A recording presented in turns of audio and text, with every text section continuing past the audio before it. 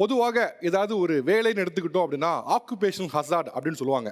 உதாரணத்திற்கு அதிகமாக சத்தம் வரக்கூடிய இடத்துல வேலை பார்க்காங்கன்னு வச்சுக்கோங்களேன், அவங்களுக்கு எளிதாக காதில் வந்து பிரச்சனை வரதுக்கான வாய்ப்பு, சத்தம் கேட்கறதுல பிரச்சனை வரதுக்கான வாய்ப்பு அதிகம். அது ஆக்குபேஷனல் ஹசார்ட் அப்படிம்பாங்க. அப்படி பிரபலங்களோட வாழ்க்கைன்னு எடுத்துக்கிட்டோம் அப்படின்னா அவங்களோட ஆக்குபேஷனல் ஹசார்ட் என்ன அப்படின்னா நிறைய நேரத்தை இந்த இண்டஸ்ட்ரி எடுத்துக்குது அப்படிங்கிறதும், இன்னொன்று இர்ரெகுலர் டைம், எப்போ வேணால் ஷூட் வரும், எந்த டைம் வேணால் வரும் அப்படிங்கப்போ குடும்பத்தோட குவாலிட்டி ஆஃப் டைமை ஸ்பெண்ட் பண்ண முடியாமல் போகிறது தான் பிரபலங்களோட வாழ்க்கையில் இருக்கக்கூடிய ஆக்குபேஷனல் ஹசார்ட். வேறு வேறு பிரச்சனைகளை வந்து மீடியா பேசிடும். ஆனால் மீடியாக்குள்ளே இருக்கக்கூடிய ஆக்குபேஷனல் ஹசார்ட் யார் பேசுறது? அதையும் நாம தான் பேசணும். ஸோ அப்போ தான் தமிழா என்ன நினச்சோம் அப்படின்னா, பொதுவாக ஃபேமிலி லைஃப்னு எடுத்துக்கிட்டோம் அப்படின்னா பிரபலங்களை ஸ்க்ரீனில் மட்டும் பார்ப்பாங்க, ஸ்க்ரீனில் அவங்க எப்படி இருக்காங்க மட்டும் தெரியும். ஆனால் அவங்களோட ஃபேமிலி லைஃப்னு இருக்கும். அந்த ஃபேமிலி லைஃப் எப்படியாக இருக்குது, அந்த ஃபேமிலியில் இருக்கவங்க பிரபலங்களை எப்படி பார்க்குறாங்க அப்படின்னு பல்வேறு விஷயங்கள் தான் இந்த தலைப்பில் பேசலாம்னு நினச்சோம். அப்படி நம்ம பேச இருக்க தலைப்பு என்ன அப்படின்னா, பிரபலங்கள் தங்கள் குடும்ப வாழ்க்கையில் புலியா அல்லது எலியா அப்படின்னு தான் பேச போகிறோம். ஸோ இங்கே வந்து பிரபலங்களோட ஃபேமிலிஸ் இருக்காங்க, இந்த சைடில் பிரபலங்கள் இருக்காங்க. இன்னைக்கு ஒரு அமர்க்கலமான ஒரு எபிசோட் காத்திருக்குங்கிறதுல எனக்கு நம்பிக்கை இருக்குது. Right, okay. உங்கள் வீட்டில் ஒரு பிரபலம் இருக்காங்கல்ல, அந்த பிரபலம் குடும்பத்தில் புலியா எலியா? வெளியே ஒரு இமேஜ் இருக்கும், அதை விட்டுருங்க. குடும்பத்தில் எப்படி? எங்கள் அம்மா தான். எங்கள் அம்மா வந்து புலின்னு சொல்லலாம். ஆனால் வந்து அவங்க வந்து எப்படி பார்த்தாலுமே வந்து ஒர்க் லைஃப்பை வந்து என்ன அஃபெக்ட் பண்ணுற மாதிரி அவங்க வச்சதே கிடையாது இந்நாள் வரைக்கும். நான் இவ்வளோ நாள் வளர்ந்ததில் நான் சொல்கிறேன். இல்லை அது ஓகே. நான் கேட்குறேன்னா, இப்போ வெளியில் ஷர்மிளா அவங்க வந்து பொலிட்டிக்கல் கமெண்ட் பேசுவாங்க, டாக்டர், அந்த இமேஜ்லாம் இருக்குது, ரைட்டா? அதை தாண்டி வீட்டுக்கு வரப்போ ஒரு பிரச்சனை வருது, இல்லை எதிர்பாராத சம்பவம் இருக்குன்னா அப்போ வந்து வெளியில் இருப்பது போல் ஒரு ஆக்ரோஷமாக அப்படி போல்டாக நிற்பாங்களா, இல்லை எலி மாதிரி இருப்பாங்களா? இதுதான் கேள்வி. அவங்க எப்போவுமே அவங்க கேரக்டராக தான் இருப்பாங்க. அவங்க வந்து வெளியே எவ்வளோ ஸ்ட்ராங்காக அவங்களோட பாயிண்டில் பேசுகிறாங்களோ இல்லை கோவமாக இருக்காங்களோ அதே மாதிரி தான் வீட்டில் இருப்பாங்க. ஆனால் வீட்டில் இருக்கவங்க கிட்ட வந்து அந்த சாஃப்ட்னஸும் கொஞ்சம் தெரியும். ஓகே. ஸோ டாக்டர் ஷர்மிளா வீட்லேயும் புலி தான், வெளியிலையும் புலி தான்? புலி தான்.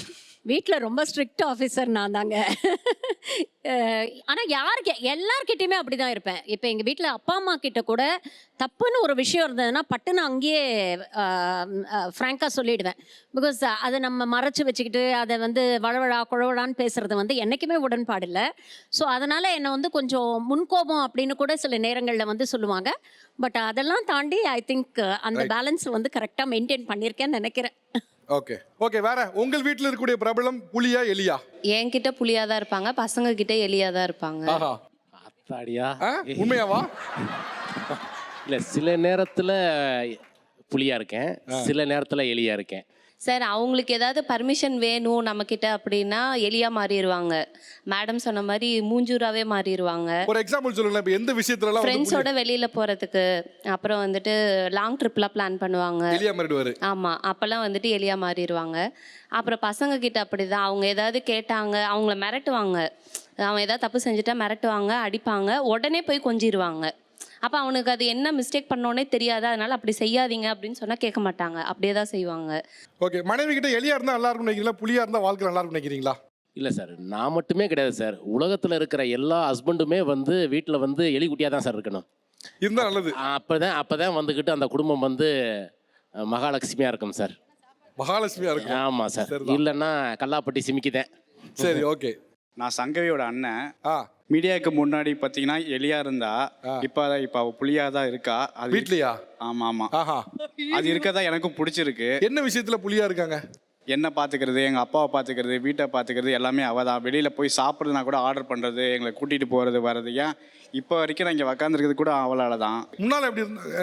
முன்னாடிலாம் நான் அண்ணனாக இருந்தா, அவள் தங்கச்சியாக இருந்தா. இப்போ நான் தம்பி ஆகிட்டேன், அவள் அக்காவாயிட்டா.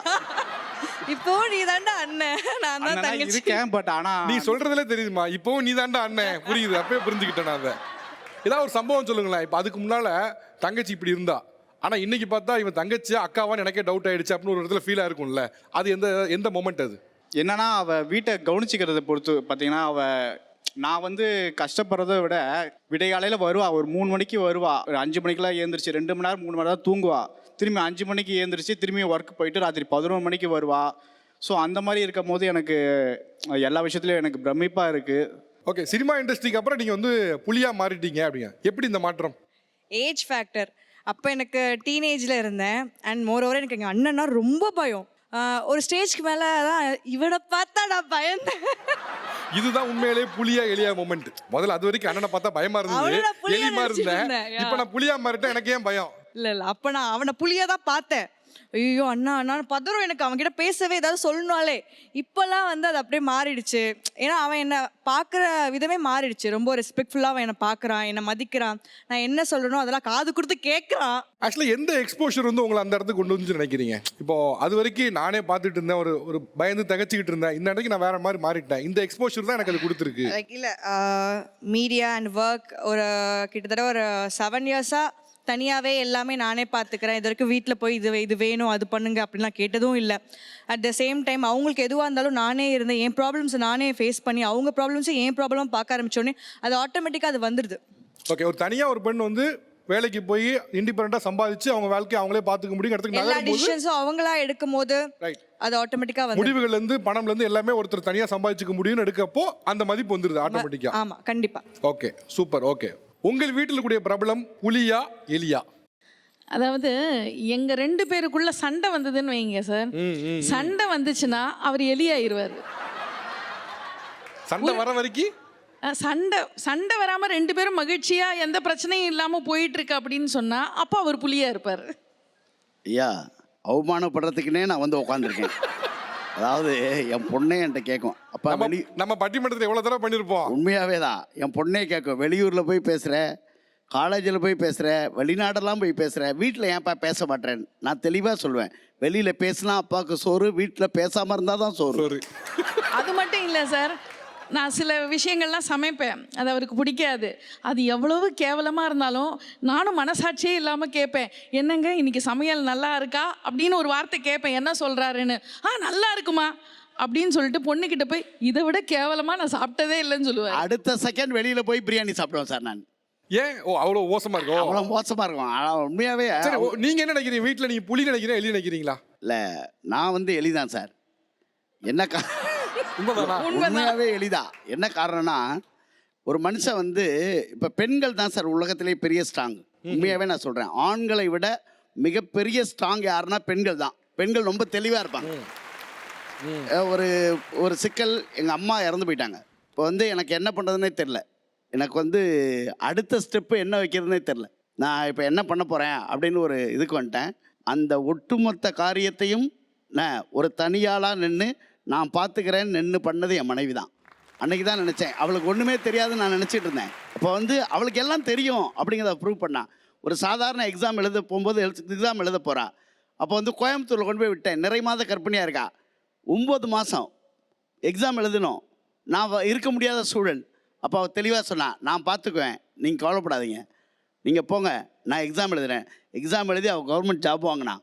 அப்போ வந்து என்னென்னா, எப்போவுமே பெண்கள் தெளிவாக இருக்கிறதுனால நம்ம வந்து என்னத்துக்கு தேவையில்லாமல் ஆர்குமெண்ட்டு, எலியா இருந்துட்டு போகிறது, கையெடுத்து மன்னிச்சுக்கமா அப்படின்னா மேட்ரு ஓவர்.